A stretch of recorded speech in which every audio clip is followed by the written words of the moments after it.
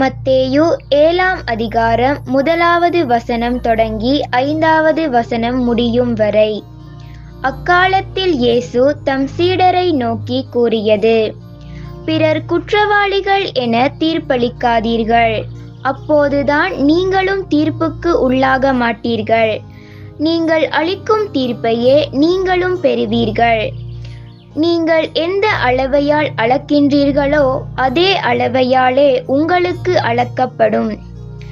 உங்கள் கண்ணில் இருக்கும் மரக்கட்டையை பார்க்காமல் உங்கள் சகோதரர் அல்லது சகோதரியின் கண்ணில் இருக்கும் துரும்பை நீங்கள் கூர்ந்து கவனிப்பதேன்?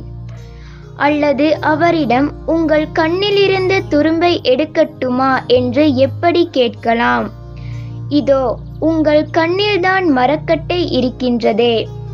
வெளிவேடக்காரரே, முதலில் உங்கள் கண்ணிலிருந்து மரக்கட்டையை எடுத்தெறியுங்கள். அதன்பின் உங்கள் சகோதரர் அல்லது சகோதரியின் கண்ணில் இருந்து துரும்பை எடுக்க உங்களுக்கு தெளிவாய் கண் தெரியும். இது ஆண்டவர் வழங்கும் அருள்வாக்கு. கிறிஸ்துவே உமக்கு புகழ்.